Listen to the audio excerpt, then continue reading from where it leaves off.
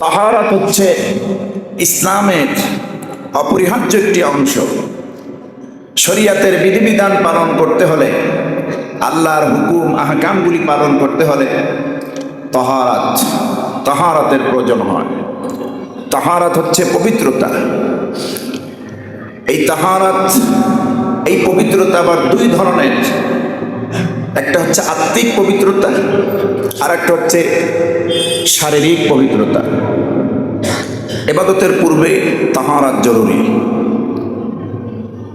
তাহারাতের মধ্যে হচ্ছে ওযু, গোসল, তায়াম্মুম, কথা বুঝতেছেন?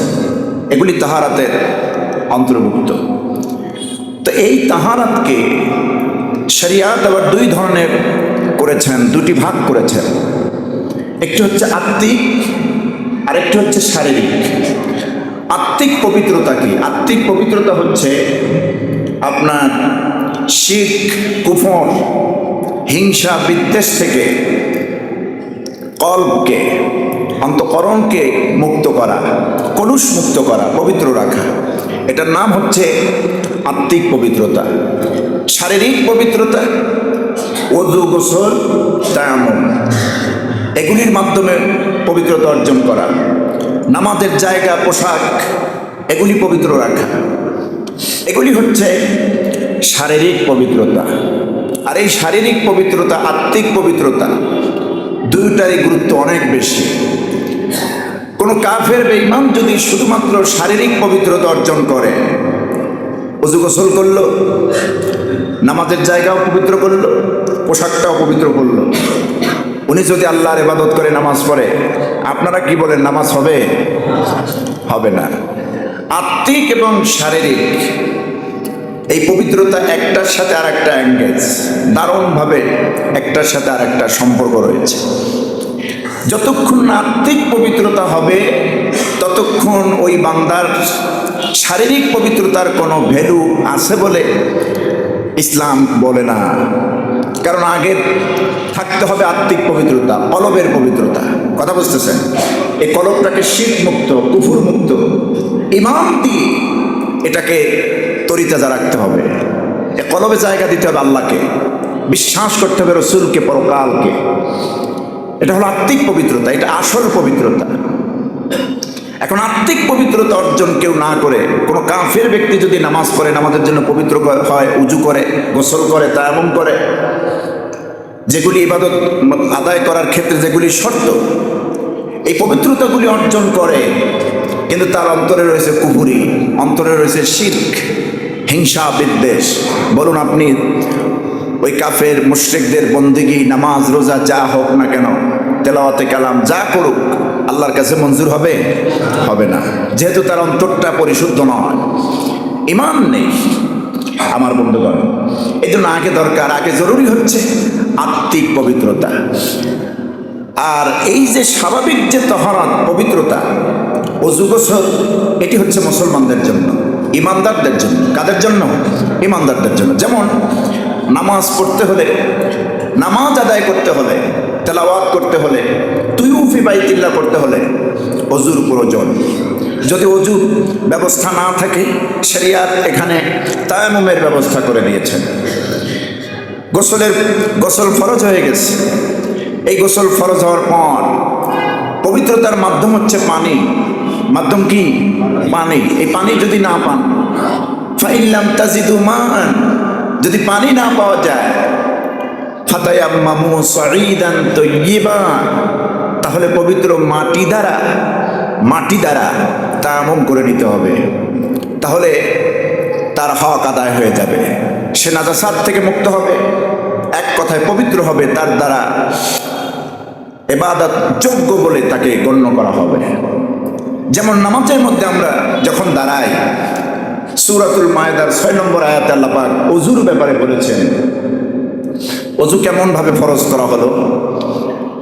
নামাজ পড়তে গেলে বান্দাকে অবশ্যই ওযু করতে হবে, করতে হবে না? এই নির্দেশ কার? আল্লাহ পাকের। আল্লাহ পাকের নির্দেশ হচ্ছে, যখনই তোমরা নামাজে দাঁড়াও, তখনই তোমরা ওযু করো।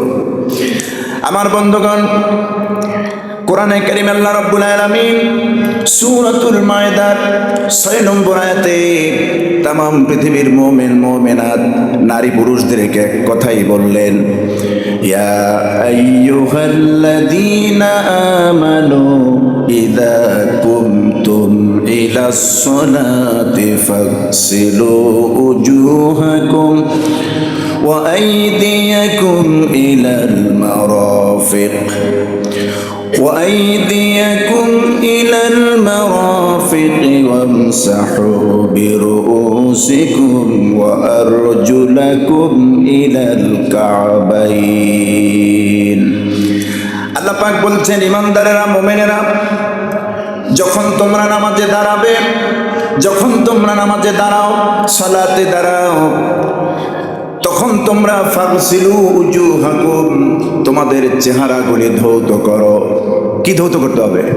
চেহারা। উজুহাকুম অজহুনের বহু বচন উজুহ, উজুহাকুম তোমাদের চেহারাগুলি তোমরা ধৌত করো।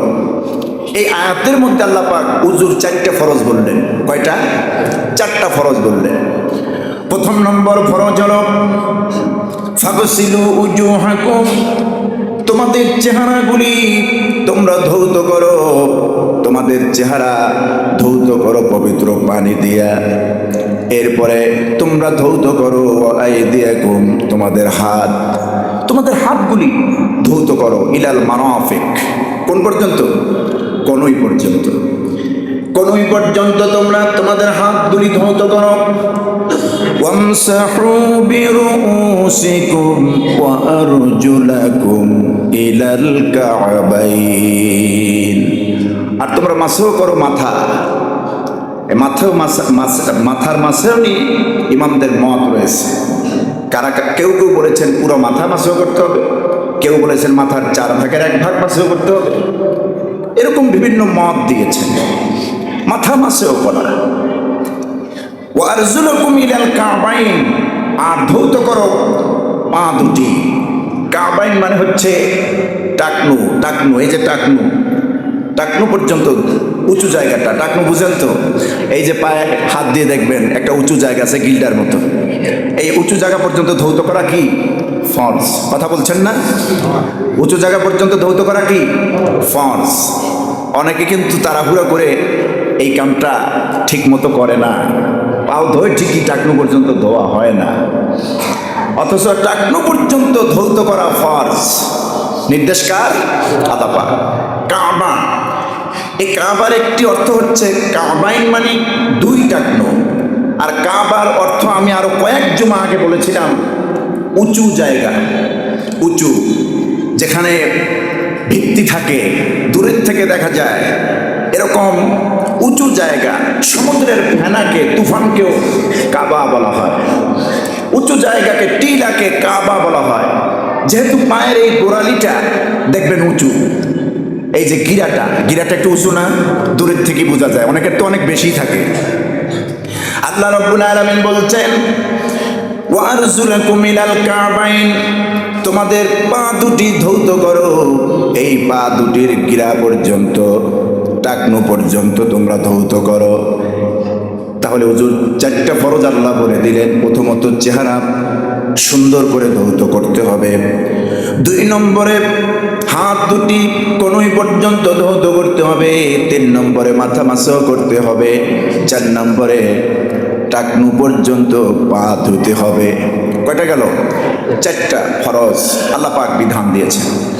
এখন আসুন, যদি পানি না পাওয়া যায়, এই ওযুর সিস্টেম হলো পানি দিয়ে। ওযুর সিস্টেম কি?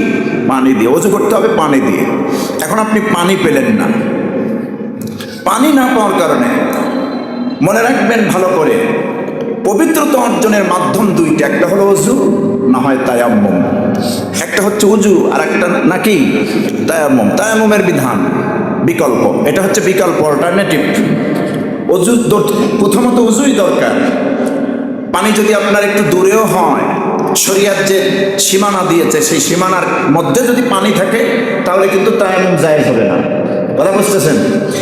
এই যে পানি দিয়ে উঁচু করে তায়াম্মুম করা, আপনার উযু করা, এটা ফরজ করে দিয়েছেন। এখন কিছু কারণ আল্লাহ তুলে ধরেছেন যদি পানিটা পাওয়া না যায়, অথবা কি কি কারণে উযুর বিকল্পে তায়াম্মুম করা যাবে, পাশাপাশি আল্লাহ তাও বর্ণনা করে দিলেন। আল্লাহ রাব্বুল আলামিন বললেন, ওয়া ইন কুনতুম জুনুবান ফাত্তাহহারু ওয়া ইন কুনতুম মারদা আও আলা সাফারিন ফালাম তাজিদু মাআন ফাতায়াম্মামু সাঈদান তাইয়্যিবা ফামসাহু বিউজুহিকুম ওয়া আইদিকুম মিন। আল্লাহ পাক বলছেন, ওয়া ইন কুনতুম জুনুবা, যদি তোমরা অপবিত্র থাকো। এই অপবিত্রতা মানে কোনো ব্যক্তির গোসল ফরজ হয়েছে, কথা বুঝতেছেন? অপবিত্রতা মানে হলো নাজাসাতে খাফিফা গালিজা, গোসল ফরজ হয়েছে এমত অবস্থায় যদি তোমরা থাকো, স্বাভাবিক ওযু না, স্বাভাবিক পবিত্রতা না, এখন তোমাকে পবিত্রতা অর্জন করতেই হবে। যদি তোমার উপরে গোসল ফরজ হয়, অপবিত্র অবস্থায় তুমি থাকো, স্ত্রী সহবাস অথবা এই জাতীয় কোনো কারণে যদি তোমার গোসলটা ফরজ হয়ে যায়, আল্লাহ পাক বলেছেন ফাত্তাহহারু, তাহলে তোমরা উত্তম পবিত্রতা অর্জন করো, উত্তম পবিত্রতা অর্জন করো। ওয়া ইন কুনতুম মারদা, অথবা তুমি যদি অসুস্থ থাকো, অসুস্থ আছো, প্রচণ্ড জ্বর, অথবা ডাক্তার তোমাকে কিছু বিধিনিষেধ দিয়েছে, আও আলা সাফারিন, অথবা তুমি সফর হালতে আছো, আল্লাহ পাক বলছেন সফরে আছো, অসুস্থ আছো, আও জাআ আহাদুম মিনকুম মিনাল গায়ত, অথবা তোমাদের কেউ পায়খানা থেকে আসলো, টয়লেট থেকে আসলো, আও লামাসতুমুন নিসা, অথবা নারীদেরকে স্ত্রীর সঙ্গে মিলিত হলো, সহবাস করার পর ফালাম তাজিদু মা, যদি এরপরে পানি না পায়, এতগুলি কারণ হয়ে গেল, উযু করতেই হবে, গোসল করতে হবে। এখন যদি পানি না পাওয়া যায়, তাহলে শরীয়ত কি বিধান দিয়েছেন? তাহলে ফাতায়াম্মামু সাঈদান তাইয়্যিবা, তায়াম্মুম করো পবিত্র মাটি দ্বারা, পবিত্র মাটি দ্বারা তায়াম্মুম করে দাও। আল্লাহ পাক বলছেন যদি মাটি দ্বারা তোমরা তায়াম্মুম করো, তোমার পবিত্রতা অর্জন হয়ে যাবে, পবিত্রতা অর্জন হয়ে যাবে। ফামসাহু বিউজুহিকুম ওয়া আইদিকুম মিনহু, আর এর থেকে তোমরা তোমাদের মুখমণ্ডলগুলি মাসহ করবে আর হাত দুটি মাসহ করবে। তায়াম্মুমে কিন্তু মাসহ করার বিধান। তায়াম্মুমে ফরজ তিনটা। তায়াম্মুমে ফরজ কয়টা? তিনটা। নিয়াত করা, কেউ কেউ বলেছেন দুইটা, কেউ কেউ বলেছেন তিনটা, তবে মাশহুর বর্ণনা হচ্ছে তিনটা ফরজ। তায়াম্মুমের নিয়াত করতে হবে, তায়াম্মুমের নিয়াত করা ফরজ। এরপরে সমস্ত মুখমণ্ডল মাসহ করা, ভালো করে মাসহ করা, এটা ফরজ। এরপরে সমস্ত হাত কনুই পর্যন্ত মাসহ করা, এটাও কি ফরজ। তাহলে নিয়াত করা ফরজ, মুখমণ্ডল মাসহ করা ফরজ, একেবারে কনুই পর্যন্ত দু হাত ভালো করে মাসহ করা কি ফরজ। ওযুর ফরজ চারটা, তায়াম্মুমের ফরজ কয়টা? তিনটা। এটা নারী পুরুষ প্রত্যেকের আমাদের জানা দরকার। এই তায়াম্মুম যদি হয়ে যায়, শরীয়তের নির্দেশ অনুযায়ী যদি তায়াম্মুম হয়ে যায়, তাহলে আপনার জন্য নামাজ পড়া, কোরআন তেলাওয়াত করা, তুয়ুফে বাইতুল্লাহ করা, যতগুলি বন্দেগী এই তাহারাত পবিত্রতা অর্জন করার পর করতে হয়, এগুলি আপনার জন্য স্বাভাবিকভাবে হয়ে যাবে। নারীদের ক্ষেত্রে অনেক বিষয় আছে, যেমন নারীরা, আমার মা বোনেরা, মাসিক একটি পিরিয়ড হয় তাদের, প্রতি মাসে একটা অসুখ আল্লাহ দিয়েছেন তাদেরকে। এই অসুখ থেকে তাদেরকে আগে পরিত্রাণ পেতে হবে। ওই অবস্থায় অজু গোসল করে নামাজ পড়লে গোসল ঠিকই হবে, অজু করবে, কিন্তু শরীয়ত তো তাদেরকে ওই টাইমে নামাজ পড়তে তাকে রুখসাত দিয়েছে, নামাজ পড়তে হবে না।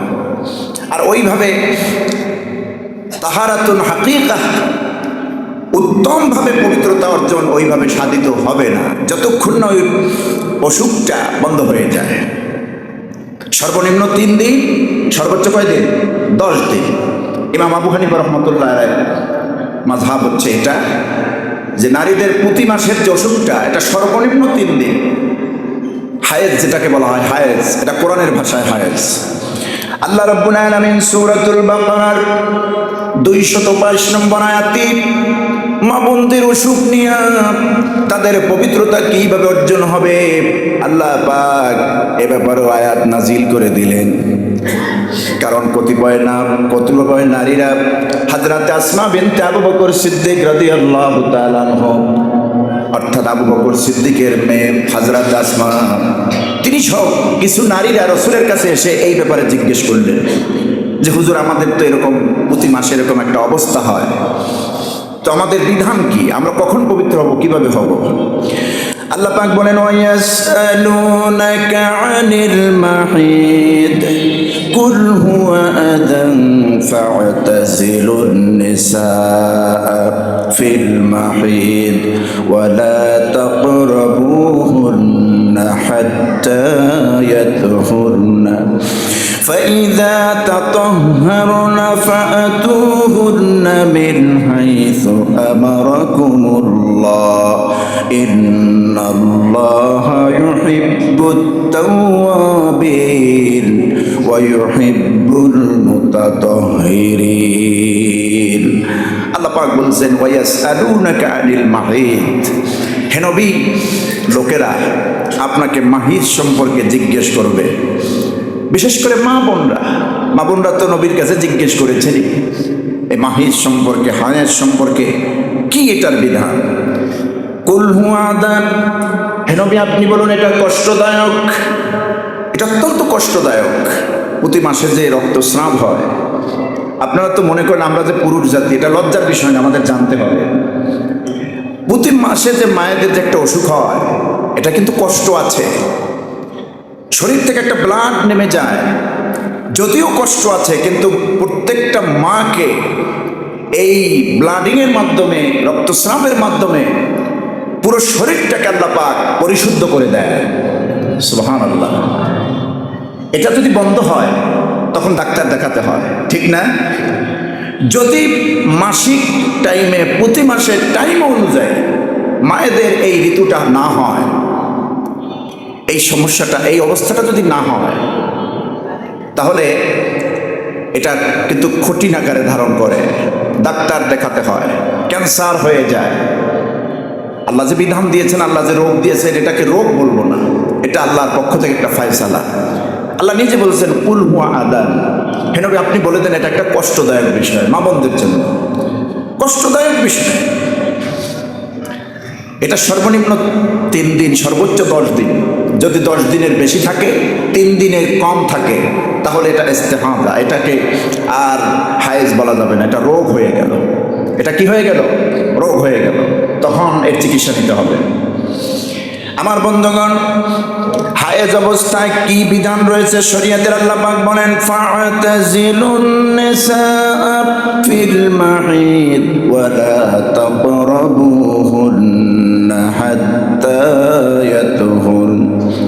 আল্লাহ পাক বলেন যখন নারীরা, স্ত্রীরা হায়েজ কাল পার করবে, হায়েজের মধ্যে পতিত হয়ে যাবে, ওই মাস যখন, ওই দিনগুলি যখন শুরু হয়ে যাবে, তখন তোমরা নারীদের কাছে যেও না, নিকটবর্তী হও না। এখন কাছে যেও না বলতে এর ব্যাখ্যা যদি আমরা করি, তাকরাবুহুন্না ওয়ালা তাকরাবুহুন্না, তাদের কাছেও তোমরা যেও না। এই কাছে যাওয়ার মানে হলো তাকিদ দেওয়া, যে তাদের সাথে স্বাভাবিক মাসে যেইভাবে মিলিত হও তোমরা, ওইভাবে মিলিত হতে পারবে না। কাছে যাবা না মানে হলো বিছানা আলাদা করে দিবা, নাকি? তুমি এক ঘরে ঘুমাও, আমি এক ঘরে ঘুমাই, তুমি নিচে আমি খাটে, একদম এই অবস্থায় আমার কাছে আসবা না, শরীর যেন টাচ না করে। বরং এগুলি কাফেরদের কাজ, মুশরিকদের কাজ। আপনার স্ত্রী আহারে, এটা একটা রোগ আল্লাহ দিয়েছেন প্রতি মাসে, এই জন্য আপনি তাকে আলাদা বিছানা করে দিবেন। এটা কাফেররা করত। যখন কাফের নারীদের হায়েজ হতো, এ রোগ হতো, প্রতি মাসে ঋতুস্রাব হতো, তখন ওই কাফের মুশরিকরা তাদের স্ত্রীদেরকে আলাদা বিছানা করে দিত, আলাদা বিছানায় শোয়াই দিত, আর নিজের সাথে গাও মিশাতেন না। কথা বুঝতেছেন? ওয়ালা তাকরাবুহুন্না মানে হলো তোমরা যেইভাবে তোমার স্ত্রীর সঙ্গে মিলিত হও ওইভাবে তাদের সঙ্গে মিলিত হইও না, এক কথায় তাদের সঙ্গে মেলামেশা করবা না। আল্লাহ পাক একটি সীমারেখা দিয়েছেন, হাত্তা ইয়াতুহুরনা, যতক্ষণ না তাহারা পবিত্র হচ্ছে। পবিত্র হবে, গোসল হবে, এরপর নামাজ পড়বে। নামাজের রক্ত হলে নামাজটা পড়ে নেবে মা বোনেরা। যেমন একজনের পবিত্র হয়ে গেছে আসরের টাইমে, জোহরের টাইমও হয় নাই, দেখতেছে আসরের টাইম মুক্ত হয়ে গেছে আর তিনি পবিত্র হয়ে গেছে, ওই সময় তার দায়িত্ব হলো গোসল করা, গোসল করে নামাজটা আদায় করা। মা বোনরা, এসার সময় হয়েছে, একদম মাগরিব পর্যন্ত ঠিক ছিল না, কিন্তু এসার সময় দেখলো যে সে পবিত্র হয়ে গেছে। মায়ের দায়িত্ব হলো, বোনের দায়িত্ব হলো ওই সময় গোসল করা, এসার নামাজটা আদায় করে দেওয়া। কথা বুঝতেছেন? এরপরে আপনার জন্য স্ত্রী হালাল। আমার বন্ধুগণ, আল্লাহ পাক বলছেন, ফাইদা তাতাহহারনা ফাতুহুন্না মিন হাইসু আমারাকুমুল্লাহ।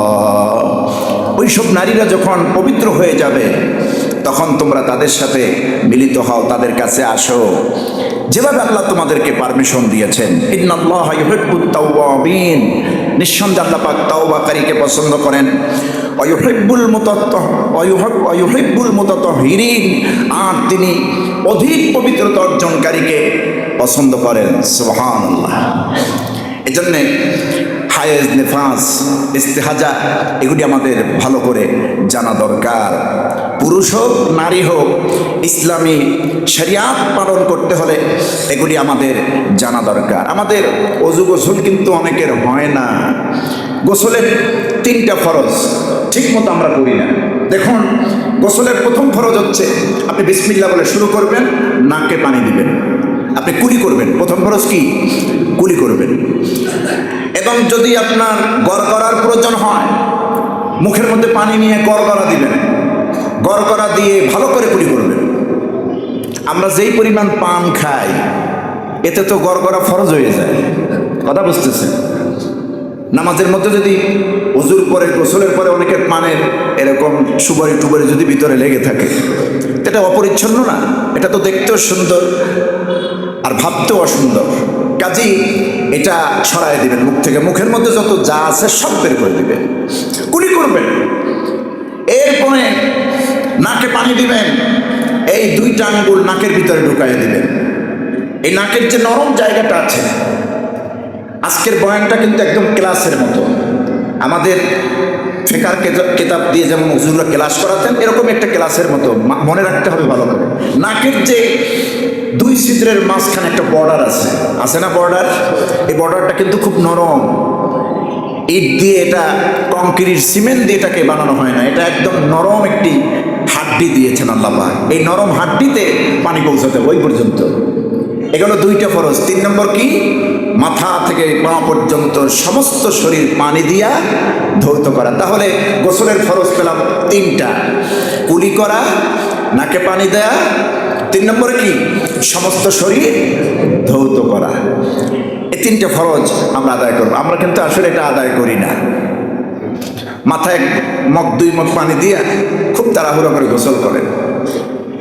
গোসল যদি ফরজ না হয়, স্বাভাবিকভাবে যদি এভাবে গোসল করেন গোসলের তরিকা ছাড়া, তাহলে হতেও পারে।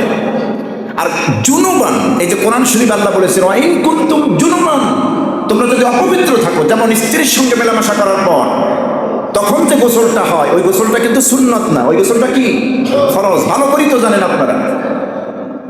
অপবিত্র হওয়ার পর যদি পবিত্র হওয়ার জন্য আপনাকে গোসল করতে ফরজ করা হয়, ফরজ বিধান হয়ে যায় গোসলটা, সেই ক্ষেত্রে আপনাকে এই নিয়ম মানতেই হবে। বুঝতে পারছেন? যেমন এই শীতের সিজনে আপনি কত এই কোমর পর্যন্ত ধৌত করলেন, এরপরে মাথা ধৌত করলেন, পুরো শরীরে পানি দিলেন না, আপনার ন্যায় তো নাই যে আপনি আমার গোসল করবেন। এতে কিন্তু শরীয়ত আপনাকে আটকাবে না। কোমর পর্যন্ত ধুইলেন, মাথায় একটু পানি দিলেন, বিসমিল্লাহ বলে উজু করলেন, উজুর নিয়ম কানুন মেনে আপনার সব হয়ে যাবে, পবিত্রতা অর্জন হয়ে যাবে। কিন্তু আপনার শরীরে নাপাকি, শরীর থেকে নাপাক নির্গত হয়েছে, স্ত্রী সহবাস করেছেন, আপনার প্রতি গোসল ফরজ হয়েছে, এই যেখানে গোসল ফরজ হয়েছে এইখানে আপনি শুধুমাত্র কোমর ধৌত করবেন, মাথা পানি দেবেন আর উজু করবেন, হয়ে যাবে? হবে না। হাদিসের মধ্যে আসছে একটা চুল যদি ইচ্ছা করে চুলের গোড়াটা পর্যন্ত পানি না পৌঁছায় তার উজু গোসল কিছুই হবে না। রাসূলুল্লাহর কড়া নির্দেশ আছে সতর্কতার সাথে। আমরা যে উজু করি অনেকের উজু হয় না, এটা তো ফরজ গোসল গেল। এই যে স্বাভাবিক যে উজু করি, এই যে বললাম টাকনু গিরা পর্যন্ত ধোয় না, পিছনে ঢুকলো কিনা পানি গেল কিনা ধৌত হয়েছে কিনা দেখে না, দ্রুত দৌড় দেয়। পেশাব পায়খানায় গিয়ে যেইভাবে জরুরত সারা দরকার সেইভাবে সারে না। রাসূল পাক সাল্লাল্লাহু আলাইহি সাল্লাম বলেছেন, ইস্তানজিহু আনিল বাউল ফাইন্না আম্মাতা আযাবিল কবরি মিনহু। তোমরা পেশাবের ফোঁটা থেকে সাবধান থাকো, কেননা অধিকাংশ কবরের আযাব এই পেশাবের ফোঁটায় সতর্ক না থাকার কারণে। পেশাব করতেছে, সিটে আসলো, নিজের গায়ে পড়লো না শরীরে পড়লো দেখে না, আছেন এরকম। আবার অনেক ভদ্রলোক আছে তো দাঁড়াইয়াই মেরে দেয়। কথা বুঝতেছেন? যদিও মসজিদ এগুলি হয় না, এগুলি প্রাইভেট টার্মিনালগুলিতে, এয়ারপোর্টে এগুলি হয়, দাঁড়াইয়া প্রসাব করে। শরিয়াতে তো দাঁড়াইয়া প্রসাব করা নিষেধ ইসলামে। যেখানে আপনি কমন স্বাভাবিক টয়লেট পাবেন ওখানে গিয়ে টয়লেট করেন, প্রসাব করেন, প্রয়োজন ওয়েট করুন। আমার বন্ধুগণ, প্রসাব অনেকের ঠিক মতো হয় না, ইস্তেনজা ইস্তেনফা এগুলি আদায় হয় না। আবার অনেকে পেশাব করে পানি দিয়ে ধুয়ে দৌড় দেয়। কথা বুঝতেছেন? আবার টপকে টপকে প্রসাব করতেছে, সে নিজেও জানে যে প্রসাবটা ক্লিয়ার হয়নি। আপনার নামাজ অজু গোসল তো কিছুই হলো না। এই জন্য আল্লাহর হাবিব বলেছেন, যার অজু সুন্দর তার নামাজ সুন্দর, যার নামাজ সুন্দর তার ঈমান সুন্দর, যার ঈমান সুন্দর তার জন্য বেহেশতে যাওয়া, আল্লাহর জান্নাতে যাওয়া সুন্দর ও সহজ হয়ে যাবে। কিছু মসজিদের ভেতরে এমন মুসল্লি থাকে, ফীহি রিজালুন ইউহিব্বুনা আন ইয়াতাতাহহারু ওয়াল্লাহু ইউহিব্বুল মুতাহহিরিন। এমন কিছু মুসল্লি থাকে মসজিদের ভেতরে যারা উত্তমভাবে পবিত্রতা অর্জন করতে ভালোবাসে, অধিক উত্তম পবিত্রতাকে ভালোবাসে। আর আল্লাহ পাক ওই মুসল্লিদেরকেও ভালোবাসে যারা সজাগ থাকে, উত্তমভাবে অতি উত্তমভাবে পবিত্রতা অর্জন করে। কোন সুবহানাল্লাহ। উত্তমভাবে পবিত্রতা অর্জন করতে হবে, নারী পুরুষ সকলকে।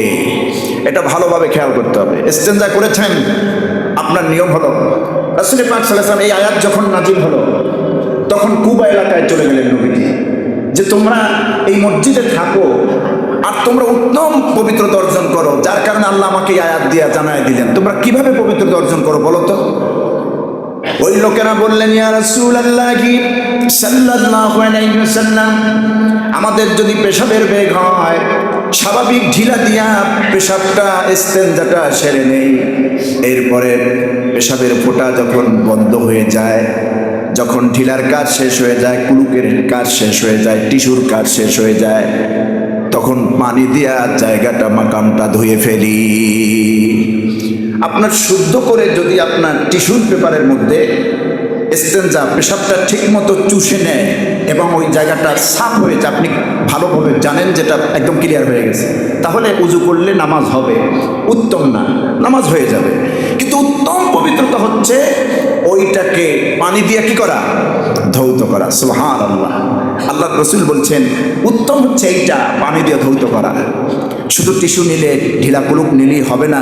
আপনি উত্তম পবিত্রতা অর্জন করতে হলে ওই জায়গাটি পানি দিয়ে ধৌত করতে হবে।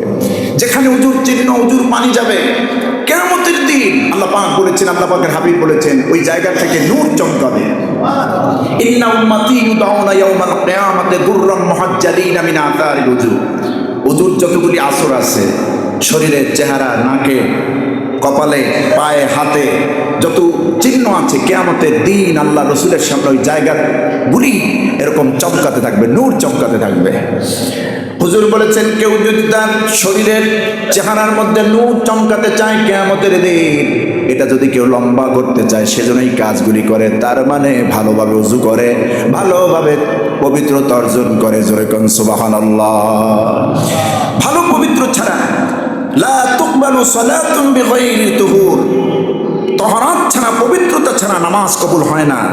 ওয়ালা সাদাকাতাম মিনাল গুলুল, আর খেয়ানত করে সম্পদ অর্জন করলে সেখান থেকে দান করলেও সেই দান আল্লাহর কাছে কবুল হয় না। তাহলে নামাজ কবুলের পূর্ব শর্ত কি? উত্তম পবিত্রতা। মনে থাকবে ইনশাআল্লাহ, উত্তমভাবে পবিত্রতা, ওযু গোসল যা প্রয়োজন এগুলি সুন্দরভাবে করা, সময় নিয়ে ইস্তেঞ্জা করা, পেশাব পায়খানার হালত থাকলে এটা সুন্দর করে আমরা আদায় করব, এরপরে উজু করব, নামাজ পড়বো। দেখবেন নামাজের মধ্যে একটা খুশু আন্তরিকতা, মহব্বত, ভালোবাসা পয়দা হবে, ঠিক না? আল্লাহ এই বিষয়ের উপরে আমাদেরকে আমল করার তৌফিক দেন, আমিন। হাদা মা ইনদি ওয়াল ইলমু ইনদাল্লাহ আলাইহি।